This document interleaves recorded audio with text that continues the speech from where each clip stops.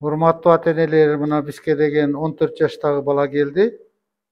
Бул бала биз көрүп, вросшийся ноготь первого пальца обеих стоп деп диагноз койдук. Бул бала деген ооруганына 1 жыл болайын деп калыптыр.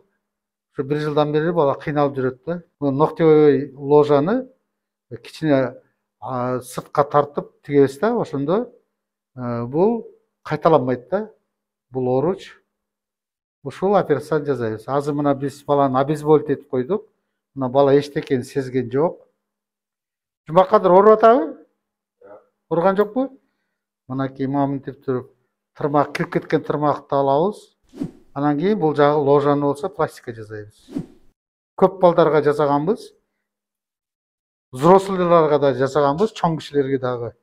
Эффект аябай жакшы. Башка кайталанбайт.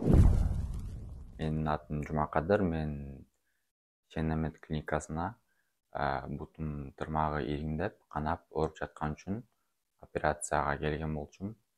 Бул жерде операция аябай жакшы өтөт экен. Такыр оорусуз эле өтөт экен. Буюрса баары жакшы болуп калат. Операция жакшы өттү.